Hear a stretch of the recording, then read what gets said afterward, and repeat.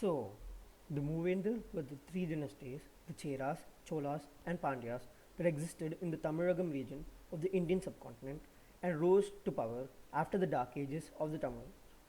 They had been in power during the later Sangam age, as there are references to them in the Edicts of Ashoka and in the Tolkappiyam. They are credited with bringing in the golden age of the region. All three dynasties seem to have vanished during the Dark Ages, since there are no accounts of them during the time, and so the rulers before the Dark Ages are called the early rulers of the dynasty, and the ones after are called the later rulers. Creative, I know. Since there's a lot to cover, I'll give the basics of each dynasty in this video and a simple timeline starting from around 190 CE. I'll be using a mixture of anglicized and original pronunciations, so please bear with me. The Cheras. The Cheras started out somewhere around Karur in Tamil Nadu, but slowly started to move towards Kerala. Their capital shifted between Karur, Muchiri, a lost city, and Tondi. Uttiyan Cherladan is the earliest known Chera and so is considered the founder of the dynasty. Note that I said he was the founder of the dynasty and not the kingdom. This is because he is considered a chief or petty king. His last battle, the Battle of Veni, was when he was injured in the back while leading his soldiers. Though he didn't die during the battle, he committed suicide through slow starvation. His commanders didn't want him to go alone, so they starved along with him. His son, Nedum Cherlatan, succeeded him. He is supposed to have ruled for 58 years as crown prince and king. He was a good king as there was little poverty and no famines during his reign. He was also a good leader during war. There are accounts of him subduing the seven kings, probably other chiefs or petty kings like him, and claiming the title Adirajan, making him the first king of the Cheras.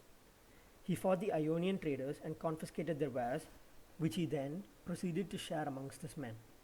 He died fighting a Chola king. Some sources say that they thrust their spears at each other, and both of them died during the battle. A few civil wars later, we come down to Chengottuvan Cherladan, who is considered as the greatest Chera king of the early period and of all time. It is not hard to see why. He brought the Cheras to the height of their power. He intervened in the civil war of the Cholas and placed his relative on the Chola throne. When the Kadambas of Karnataka attempted to invade him with the help of the Ionians through sea, he repulsed them. He created the greatest navy of India at the time, and this wouldn't be eclipsed until Rajaraja Chola fought them in 997 CE. The Cheras slowly started losing their dominance until the Kalabra invasion threw them off the rails. The Cheras never recovered again. The Cheras after the Dark Ages were split into two dynasties, the Chera Perumals of Makotai and the Kongu Cheras of Karur. I will not be talking about the Kongu Cheras in this video, as they got their independence only to be subjugated by the Pandyas immediately after. They were either vassals of the Chalukyas, Pandyas, or Cholas. The Chera Perumals, however, were independent until Rajaraja Chola conquered them. The rulers of Venad are supposedly a junior branch of these Cheras. The Chera Perumals were the forefront of religious literature. These Cheras ruled briefly from Karur, but mostly from Makote and Kolam. These kings weren't great since the constant warring left lots to be desired of economic and educational development. However, they put a lot of effort into the religious aspects of the kingdom. Stanu Ravivarma I was the first king of the Chera Perumals. He wasn't a great king, but he was a devout Vaishnavite, people even claiming him to be an Alvar. His son or grandson, it isn't clear, was a devout Shaivite. A century later, Bhaskara Ravivarma comes to the throne. He fought the Cholas on multiple occasions. He gave a grant to Jewish merchants, which gave the merchants and the colony, along with their descendants, exemption from taxes. After the wars, they became vassals of the Cholas and later dissolved into smaller kingdoms. The Cholas. The Cholas started in Urayur but later moved to Tanjavur, Kanchipuram, and Gangaikonda Cholapuram. The earliest known Chola was Elalan Chola. Since not much is known about him or his descendants, the person all later Cholas claimed to have been descended from was Karikala Cholan. He fought the Cheras, Pandyas, and 11 other minor chieftains who all sided against him and defeated them all in the Battle of Veni. He is supposed to have fought the Lankans and even went up to Magadha. Though a lot of information is contradictory about him, he is still considered a great king. After he died, there was a minor civil war between his sons Nedungili and Nalangili Chola, where Nalangili won in the Battle of Kariyari. Even these records are scarce, and it only gets worse because of the Kalabra invasion. The Cholas reappear in 852 CE as Vijayalaya Chola captures Tanjavur from the Pandyas while they were off fighting the Pallavas and establishes the Chola kingdom. Later, when the Pandyas were helping the Pallavas in the civil war, they also tried invading Tanjavur. At this time, Vijayalaya was old and an invalid. His son Aditya I led the armies and defended Tanjavur. Aditya I took the throne and became king. After the invasion, almost all gains went to Aditya I because he helped the winning side of the civil war. In return, he would have to become a subordinate. He wasn't satisfied with being a subordinate though, and later in his reign, he attacked the Pallavas. He won this war and annexed this once grand empire into his kingdom, taking territories up to Tondai Mandalam. He and his son had very good relations with the Cheras, even helping them in their wars. His son Parantaka Chola I became king. He continued his father's conquests and invaded the Pandyas and annexed them. The Pandyas had allied themselves to the Lankans and fought Parantaka at the Battle of Vellore when Parantaka routed them. Parantaka wanted to have another coronation in Madurai with the Pandya insignia to show that he was the king of the Pandyas. However, the Pandyas had entrusted their crown and jewels to the Lankans. Parantaka I, later in his reign, tried to take them back by attacking the Lankans, but failed as the Lankan king hid himself in the Rohana hills. He defeated the kings of Deccan, which gave him a land border with the Rashtrakutas. Anticipating a war. However, at the start of the battle, Rajaditya was shot with an arrow and died. The army was subsequently defeated. The Chola resistance soon collapsed and the empire was virtually destroyed. The Chola lands were distributed between their vassals and the Pandyas and Cheras became tributaries of the Rashtrakuta Empire. After this, the Cholas were in a state of confusion and the throne passed between different kings. There were 7 kings within 30 years until Uttama Chola either assassinated his way to the throne or helped assassinate his way to the throne. According to Rajendra Chola, Arulmozhivarman was supposed to be the king, but stepped aside because his uncle, Uttama Chola, wanted to be the king. Uttama Chola fought the Pandyas, though the territory he gained was almost negligible. The most important contribution of his was the upgradation of the army. Once Uttama Chola died, Arulmozhivarman now changed his name to Rajaraja Chola. Rajaraja Chola inherited an empire that was a shadow of its former self. With the upgraded army, he expanded the territory. Once he reconquered the Pandyas and Cheras, he claimed the title Mummudi Cholan. He created an administration system that rivals its modern day counterpart. This efficiency was also seen in the army and navy, which later helped his son Rajendra Chola. Using this navy, Rajaraja Chola attacked the Chera fleet at Kandalur Salai.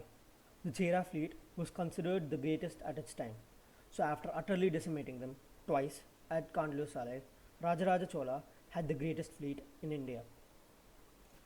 Rajendra Chola, unlike his father, inherited a large and stable empire with an extremely strong army and the strongest navy the subcontinent had ever seen. Rajendra Chola conquered the remaining Lankans. He took the Pandyan crown and jewels which Parantaka Chola I wanted along with the Sinhalese counterparts. He allied with his nephew in the Chalukyan civil war and won. He led an expedition to the Ganga, defeating all the kings and making them his tributaries. He claimed the title Gangai Konda Cholan and built the new capital of the Cholas, Gangai Konda Cholapuram. His sons Rajadiraja Chola, Rajendra Chola II and Veera Rajendra Chola managed to keep their father's empire running, but they ruled one after the other, and Ati Rajendra Chola, Veera Rajendra Chola's son, died a few months into his reign. This brought in Kulatunga Chola I, who was the grandnephew of Rajendra Chola and the heir to the Eastern Chalukyan Empire. He ruled for 52 years and brought peace and stability to the Chola lands. After him, it all went slowly downhill, and later on, the Second Pandyan Empire would take all the remaining territories. The Pandyas. The Pandyas started in Korke and would later move to Madurai. At the end of their reign, their capital was in Tenkasi because Madurai had been conquered by the Vijayanagara Empire. Nedunjayan II, who probably came to power at an early age, was invaded by both the Cheras and Cholas early into his reign. He successfully defended against these invasions and later even managed to expand his territory. We then come to Kadungon. who fought the Kalabra and managed to take back Korkai. This was the start of the First Pandyan Empire. Selian Sendan conquered the Kongu Cheras discussed before and made them his vassals. Arikesari Maravarman was probably Selian Sendan's son. When he became king, he allied with the Chalukyas to fight against their enemies, the Pallavas. He fought the Cheras and the Kalabras at Urayur and Nilveli, effectively ending the dark ages of the Tamilagam.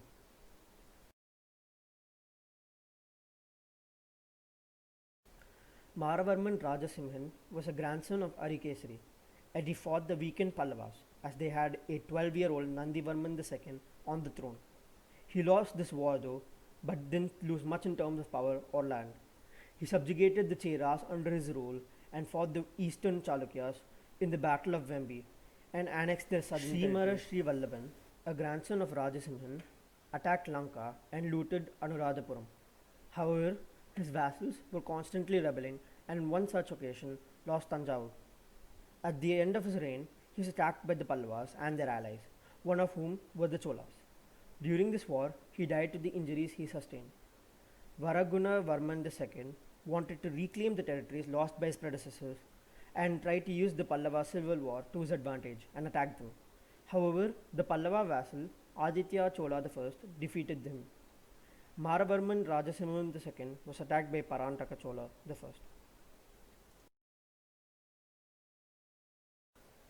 I'll skip the next couple of centuries because they were pretty much the vassals of either the Rashtrakutas or the Cholas. And so now we come to the year 1190. Sadayavarman Kulashekaran I, with the help of Kulatunga Chola III, became the king of the Pandyas. In 1190, he stopped paying tribute to Kulatunga Chola because he was campaigning against the Hosalyas. Enraged, Kulatunga Chola invaded Kulashekaran and sacked Madurai. The traditional coronation hall of the Pandyas was utterly destroyed, and Madurai was under the control of the Cholas until 1216, when Maravarman Sundara Pandyan I attacked the aging Kulatunga Chola III, who was a shadow of the man he once was, and exiled him and his son. This was the birth of the Second Pandyan Empire. From now on, the crown of the Pandyas was shared between brothers.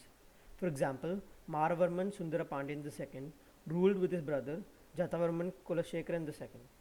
Later, the crown would be shared between 5 princes, calling it the rule of the 5 Pandyas. Both of them were defeated by Rajendra Chola III. However, they allied with the Hosalyas temporarily to make sure that the Cholas would never again have a hegemony in Tamilagam. Jatavarman Sundara Pandyan attacked the Cheras and Cholas and subjugated them.